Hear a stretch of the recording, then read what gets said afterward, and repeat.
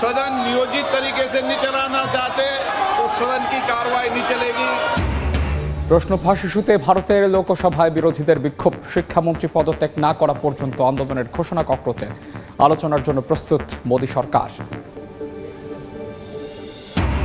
ভারতে প্রথমবার ডেঙ্গু টিকার অনুমোদন নিতে পারবে 4 থেকে 7 বছর বয়সীরা। হাসপাতালে ভর্তি কমাতে কার্যকর ভূমিকা রাখার দাবি, দ্রুত প্রকোপ কমার আশা।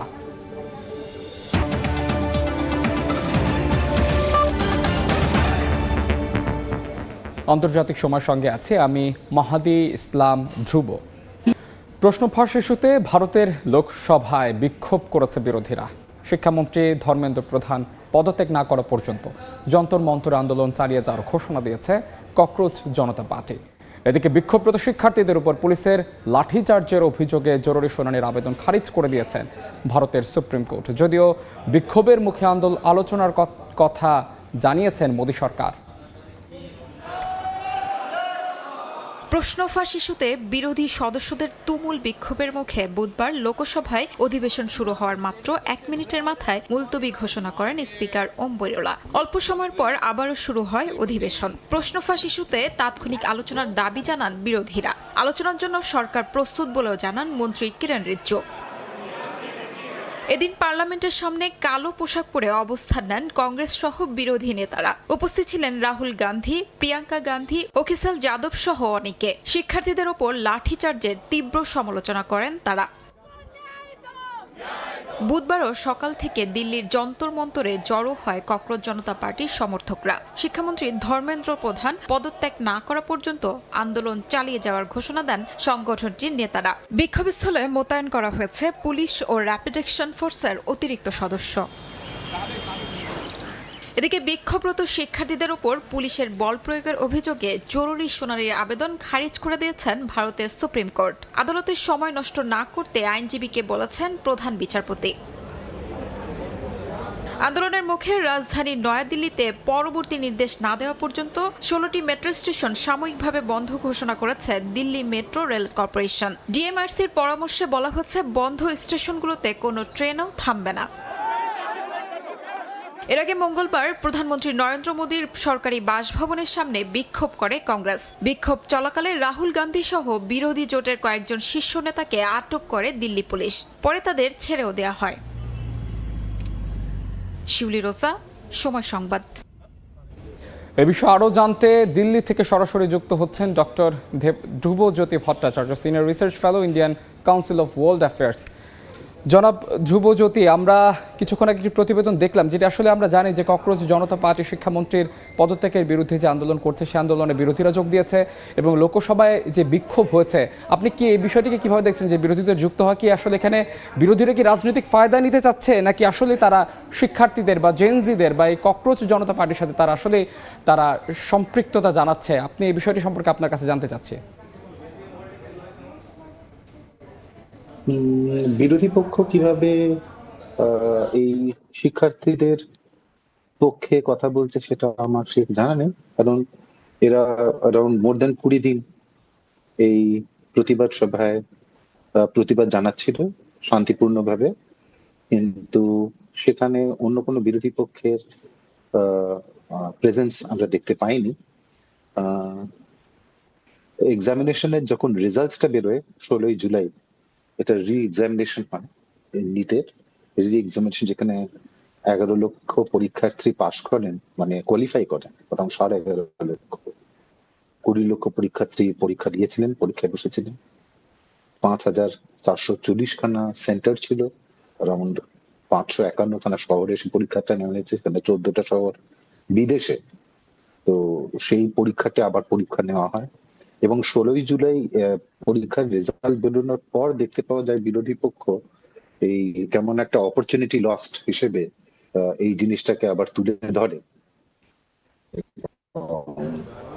জনাব ধ্রুবজ্যোতি, আমরা একটু জানতে চাচ্ছি, আসলে আমরা দেখেছি যে 2024-এ ততদিন পর্যন্ত ভায়োলেন্ট কিংবা জনাব ধ্রুবজ্যোতি, আমরা একটু আপনার কাছে জানতে চাচ্ছি যে 2024 আমরা দেখেছি যে বাংলাদেশে শিক্ষার্থীদের আন্দোলন, 2025 আমরা নেপালে শিক্ষার্থীদের জেনজিদের প্রোটেস্ট দেখেছি, এবার 2026 আমরা ভারতে এরকম ককরোচ জনতা পার্টির নামে আসলে জেনজিদেরই প্রোটেস্ট দেখছি। এটি কি আসলে সরকার পতনের দিকে যাচ্ছে কিনা, আপনার কাছে কি মনে হচ্ছে বিষয়টা এখন পর্যন্ত?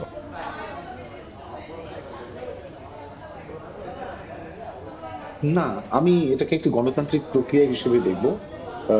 গণতান্ত্রিক প্রক্রিয়াতে প্রতিবাদ করা এটি একটি গণতান্ত্রিক অধিকার, সাংবিধানিক অধিকার। সেখানে প্রত্যেকের প্রতিবাদ করা, অহিংসাত্মক প্রতিবাদ করা, উইদাউট হিংসা প্রতিবাদ করা, নন ভায়োলেন্টলি প্রতিবাদ করা, সেটা একটা তাদের সাংবিধানিক অধিকার এবং সবাই সে প্রতিবাদ করতে পারে। যদি আইন রক্ষার্থে সেখানে কিছু স্টেপ প্রশাসনকে নিতে হয়, সেটা তাদের ব্যাপার। কিন্তু প্রতিবাদ করা একটি সাংবিধানিক অধিকার, তার জন্য এটা সরকার পরিবর্তনের ক্ষেত্রে কিংবা একটি বিপ্লবীয় ব্যাপার হিসেবে আমি দেখব না। তাদের মনের মধ্যে ক্ষোভ তৈরি হয়েছে, যুব সমাজের মধ্যে মনের মধ্যে প্রশ্ন এসছে, অ্যাকাউন্টেবিলিটির প্রশ্ন এসছে, তো তার জন্য তারা প্রতিবাদ করছে। এবং সে কারণে আমরা দেখতে পাচ্ছি আজকেই লোকসভায় সরকার পক্ষ থেকে বলাই হয়েছে এই নিট পরীক্ষার্থীদের ক্ষেত্রে যদি কোনো আলোচনা লোকসভায় দরকার লাগে, তো সেখানে সরকার পক্ষ সেই আলোচনা করতে প্রস্তুত। তো এটা একটা গণতান্ত্রিক প্রক্রিয়া, তার মধ্যে প্রতিবাদ থাকে, তার মধ্যে আলোচনাও থাকে। তো এটা সরকার পরিবর্তনের কোনো আমি সংকেত হিসেবে। অসংখ্য ধন্যবাদ ডক্টর ধ্রুবজ্যোতি ভট্টাচার্য। আমরা পরবর্তীতে আপনার সাথে আবার যুক্ত হওয়ার চেষ্টা করবো। আপনাকে অসংখ্য ধন্যবাদ আমাদের সাথে যুক্ত হওয়ার জন্য। ভারতের ককরোচ পার্টির আন্দোলনের বিস্তারিত এবং সেখানকার সবশেষ খবরাখবর আমরা এই নিয়ে আলোচনার জন্য আমাদের সঙ্গে যুক্ত ছিলেন ডক্টর ধ্রুবজ্যোতি ভট্টাচার্য। আর্জেন্টিনার মেন্দোসা প্রদেশে টানা ভারী তুষারপাতে বিপর্যস্ত পার্বত্য অঞ্চল, 3 মিটার পর্যন্ত তুষার জমে আটকা পড়েছেন বহু মানুষ। নিরাপদ স্থানে সরিয়ে নেওয়া হয়েছে অন্তত 50 জনকে। এছাড়া আজকে পড়া পরিবহন কর্মীদের খাবার সরবরাহ করা হচ্ছে এবং সড়ক থেকে তুষার সরাতে কাজ করছে কর্তৃপক্ষ। আগামী কয়েকদিনও পার্বত্য এলাকায় প্রতিকূল আবহাওয়া ব্যাহত থাকতে পারে বলে সতর্ক করেছে আবহাওয়া বিভাগ। এছাড়া প্রশান্ত মহাসাগরের তাপমাত্রা অস্বাভাবিকভাবে বেড়ে যাওয়ায় চলতি বছর সুপার এল নিনো তৈরি হওয়ার আশঙ্কা রয়েছে। এটি ঘটলে আর্জেন্টিনা ও দক্ষিণ আমেরিকার বিস্তীর্ণ অঞ্চলে অস্বাভাবিক ভারী বৃষ্টি, শক্তিশালী ঝড় এবং ভয়াবহ বন্যার ঝুঁকি বাড়বে। ক্ষমতা এসেই বড় ধরনের রদবদল শুরু করেছেন যুক্তরাজ্যের নতুন প্রধানমন্ত্রী অ্যান্ডি বার্নহ্যাম। অপ্রত্যাশিতভাবেই জন হিলিকে অর্থমন্ত্রী সহ গুরুত্বপূর্ণ কয়েকটি মন্ত্রণালয়ে নতুন মুখ এনেছেন তিনি। এরই মধ্যে আগামী নির্বাচন নিয়ে জোর আলোচনা শুরু হয়েছে ব্রিটিশ রাজনীতিতে। এ নিয়ে বাড়ছে নতুন জল্পনাও। এদিকে বার্নহ্যামের সঙ্গে গঠনমূলক আলোচনা হয়েছে বলে জানিয়েছেন মার্কিন প্রেসিডেন্ট ডোনাল্ড ট্রাম্প। যুক্তরাজ্যের নতুন প্রধানমন্ত্রী হিসেবে দায়িত্ব নেওয়ার পর থেকেই দ্রুতগতিতে সরকার পুনর্গঠনে নেমেছেন অ্যান্ডি বার্নহ্যাম। মন্ত্রিসভায় বড় ধরনের রদবদলের মাধ্যমে একাধিক গুরুত্বপূর্ণ দফতরে নতুন মুখ এনেছেন তিনি। সবচেয়ে আলোচিত সিদ্ধান্ত ছিল সাবেক প্রতিরক্ষা মন্ত্রী জন হিলিকে অর্থমন্ত্রীর দায়িত্ব দেয়া। একই সঙ্গে প্রতিরক্ষা মন্ত্রণালয়ের দায়িত্ব পেয়েছেন ওয়েস স্ট্রিটিং এবং জ্বালানি মন্ত্রণালয়ের দায়িত্ব দেওয়া হয়েছে মিয়াতা ফাহুনবুলেহকে। জন হিলের নিয়োগ অনেকের কাছেই অপ্রত্যাশিত ছিল, কারণ মাত্র কয়েক সপ্তাহ আগেই সামরিক ব্যয় নিয়ে মতবিরোধের জেরে তিনি কিয়ার স্টারমারের সরকার থেকে পদত্যাগ করেন। তবে বিশ্লেষকদের মতে অর্থ বিভাগের দীর্ঘ অভিজ্ঞতা এবং অর্থনৈতিক বিষয়ে দক্ষতার কারণে তাকে অর্থমন্ত্রীর দায়িত্ব দিয়েছেন বার্নহ্যাম। প্রতিরক্ষা মন্ত্রণালয়ের কর্মকর্তারাও আশা করছেন তার নেতৃত্বে সামরিক ব্যয় বাড়ানোর পরিকল্পনা বাস্তবায়ন সহজ হবে। সরকার গঠনের পরই জ্বালানি বিলের ওপর ভ্যাট কমানোর মতো জনপ্রিয় সিদ্ধান্ত নিয়েছে নতুন প্রশাসন। তবে এই কর ছাড়ের অর্থায়ন নিয়ে প্রশ্ন তুলেছে বিরোধী কনজারভেটিভ পার্টি। অন্যদিকে মন্ত্রিসভা থেকে বাদ পড়া কয়েকজন নেতার অসন্তোষও প্রকাশ্যে আসতে শুরু করেছে। লেবার পার্টির ভেতরেও নতুন নেতৃত্বের সিদ্ধান্ত নিয়ে ভিন্ন মত দেখা দেওয়ার ইঙ্গিত মিলছে। এদিকে ওয়েস্টমিনস্টারের রাজনৈতিক অঙ্গনে জোর গুঞ্জন শুরু হয়েছে জনপ্রিয়তার সম্ভাব্য উত্থানকে কাজে লাগিয়ে অ্যান্ডি বার্নহ্যাম আগাম জাতীয় নির্বাচনের ডাক দিতে পারেন, যদিও তিনি প্রকাশ্যে এমন পরিকল্পনা অস্বীকার করেছেন। তবে বিভিন্ন রাজনৈতিক দল এরই মধ্যে সম্ভাব্য নির্বাচনের প্রস্তুতি শুরু করেছে। বিশ্লেষকদের মতে আগাম নির্বাচন হলে বার্নহ্যাম নতুন জনসমর্থনের ভিত্তিতে নিজের সরকারকে আরও শক্ত অবস্থানে নেওয়ার সুযোগ পাবেন। তবে ভুল সময়ের সিদ্ধান্ত তার সরকারের জন্য ঝুঁকিও তৈরি করতে পারে। রাইসা জান্নাত, সময় সংবাদ। অ্যালটেক অ্যালুমিনিয়াম, গড়ে উঠছে আগামী শহর। ভারতের সিকিমে একটি জলবিদ্যুৎ প্রকল্পের টানেলে বিস্ফোরণে অন্তত 12 জন শ্রমিক নিহত হয়েছেন। বিষাক্ত গ্যাসে ভরে যাওয়ায় টানেলে আরও 15 জন আটকা পড়েছে বলে আশঙ্কা করা হচ্ছে। কর্তৃপক্ষ জানিয়েছে সিকিমের সামারদুং গ্রামে তিস্তা নদীর উপর রাষ্ট্রায়ত্ত এনএইচপিসির জলবিদ্যুৎ প্রকল্পের টানেলে সন্দেহভাজন মিথেন গ্যাসের লিক থেকে বিস্ফোরণের ঘটনা ঘটে। ঘন ধোঁয়া ও বিষাক্ত গ্যাস পুরো টানেলে ছড়িয়ে পড়ে। দুর্ঘটনার সময় টানেলের ভেতর অন্তত 25 জন শ্রমিক ও কর্মকর্তা উপস্থিত ছিলেন। রাজ্যের দুর্যোগ ব্যবস্থাপনা বিভাগ বলছে, বিষাক্ত গ্যাস ও ঘন ধোঁয়ার কারণে উদ্ধার কাজ অত্যন্ত ঝুঁকিপূর্ণ হয়ে উঠেছে এবং আজকে পরাদের জীবিত উদ্ধারের সম্ভাবনাও ক্ষীণ।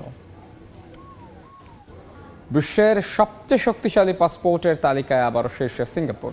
2 দশকে বড় ধাক্কা খেয়েছে যুক্তরাষ্ট্রের পাসপোর্টের অবস্থান। আর সবচেয়ে বড় উত্থান সংযুক্ত আরব আমিরাতের। দেশটির ভিসামুক্ত প্রবেশাধিকারের তালিকায় যুক্ত করেছে 153টি নতুন গন্তব্য। 3 ধাপে গিয়ে শক্তিশালী পাসপোর্টের তালিকায় বাংলাদেশের অবস্থান এখন 97তম। ভিসা ছাড়াই বা অন অ্যারাইভাল সুবিধায় কতটি দেশে প্রবেশ করা যায় সেই সক্ষমতার ভিত্তিতে প্রকাশিত হয়েছে 2026 সালের হেনলি পাসপোর্ট ইন্ডেক্স। তালিকার শীর্ষে রয়েছে সিঙ্গাপুর। দেশটির নাগরিকরা বিশ্বের 192টি গন্তব্যে ভিসামুক্ত সুবিধা পাচ্ছেন। দ্বিতীয় স্থানে রয়েছে সংযুক্ত আরব আমিরাত, জাপান ও দক্ষিণ কোরিয়া। আর তৃতীয় স্থানে রয়েছে সুইডেন। 2 দশকের তথ্য বিশ্লেষণে সবচেয়ে আলোচনায় যুক্তরাষ্ট্র। 2006 সালে বিশ্বের সবচেয়ে শক্তিশালী পাসপোর্টগুলোর একটি থাকলেও এখন দেশটি নেমে এসেছে যৌথভাবে 10ম স্থানে। বর্তমানে মার্কিন পাসপোর্টধারীরা 180টি গন্তব্যে ভিসামুক্ত প্রবেশের সুযোগ পেলেও র্যাঙ্কিংয়ে তাদের উপরে রয়েছে 36টি দেশ। অন্যদিকে সংযুক্ত আরব আমিরাত গত 20 বছরে সবচেয়ে বড় অগ্রগতি দেখিয়েছে। এই সময়ে দেশটি ভিসামুক্ত প্রবেশাধিকারের তালিকায় যুক্ত করেছে 153টি নতুন গন্তব্য। প্রতিবেদনটি বলছে, একটি দেশের পাসপোর্টের শক্তি শুধু ভ্রমণের সুযোগ নয়, বরং কূটনৈতিক সম্পর্ক, অর্থনৈতিক প্রভাব, নিরাপত্তা সহযোগিতা ও আন্তর্জাতিক আস্থারও প্রতিফলন। ইউরোপের France, Germany, Italy, Spain, Netherlands, Ireland সহ 11টি দেশ যৌথভাবে 4র্থ স্থানে রয়েছে। আর যুক্তরাজ্য, কানাডা ও নিউজিল্যান্ডের মতো কয়েকটি দেশ আগের তুলনায় নিচে নেমে এসেছে। তালিকার একেবারে নিচে রয়েছে আফগানিস্তান। দেশটির নাগরিকরা মাত্র 22টি গন্তব্যে ভিসামুক্ত সুবিধা পান। হেনলি অ্যান্ড পার্টনার্সের বিশ্লেষণ বলছে, বিশ্বে সংঘাত ও ভূ রাজনৈতিক অস্থিরতা বাড়লেও শক্তিশালী কূটনৈতিক সম্পর্ক গড়ে তুলতে পারা দেশগুলোর পাসপোর্টই সবচেয়ে বেশি সুবিধা দিচ্ছে তাদের নাগরিকদের। রাইসা জান্নাত, সময় সংবাদ। 15 বছরের কম বয়সীদের সামাজিক যোগাযোগ মাধ্যম ব্যবহার নিষিদ্ধ করতে ঐতিহাসিক একটি বিল পাশ করেছে ফ্রান্সের পার্লামেন্ট। একই সঙ্গে দেশটির স্কুলগুলোতে শিক্ষার্থীদের মোবাইল ফোন ব্যবহারেও নিষেধাজ্ঞা দেওয়া হয়েছে। শিশু কিশোরদের মানসিক স্বাস্থ্য ও অনলাইন নিরাপত্তা নিশ্চিত করতেই এই পদক্ষেপ নেওয়া হয়েছে। এই আইনের মাধ্যমে ইউরোপীয় ইউনিয়নের প্রথম দেশ হিসেবে সামাজিক যোগাযোগ মাধ্যমে বয়স ভিত্তিক পূর্ণাঙ্গ নিষেধাজ্ঞা অনুমোদন করল ফ্রান্স। একে শিশু সুরক্ষায় বড় অগ্রগতি হিসেবে উল্লেখ করেছেন প্রেসিডেন্ট ইমানুয়েল ম্যাক্রো। তবে আইনটি কার্যকরের আগে এটি ফরাসি সংবিধানের সঙ্গে সামঞ্জস্যপূর্ণ কিনা তা যাচাই করবে সাংবিধানিক পরিষদ। অনুমোদন মিললে আগামী সেপ্টেম্বর থেকে নতুন শিক্ষাবর্ষের শুরুতে আইনটি কার্যকর করতে চায় সরকার। কিউবার জনগণের জন্য খাদ্য ও জরুরি ত্রাণ সহায়তা পাঠিয়েছে যুক্তরাষ্ট্র। মার্কিন পররাষ্ট্র দপ্তর জানিয়েছে, প্রায় 700টি ত্রাণ প্যাকেজ কিউবার ক্যাথলিক গির্জা ও স্থানীয় ধর্মীয় সংগঠনগুলোর মাধ্যমে সরাসরি সাধারণ মানুষের কাছে পৌঁছে দেওয়া হবে, যাতে কিউবা সরকার এই সহায়তার উপর নিয়ন্ত্রণ প্রতিষ্ঠা করতে না পারে। এটি কিউবার জন্য ঘোষিত $10 কোটি সহায়তা প্যাকেজের প্রথম $6 কোটি চালান।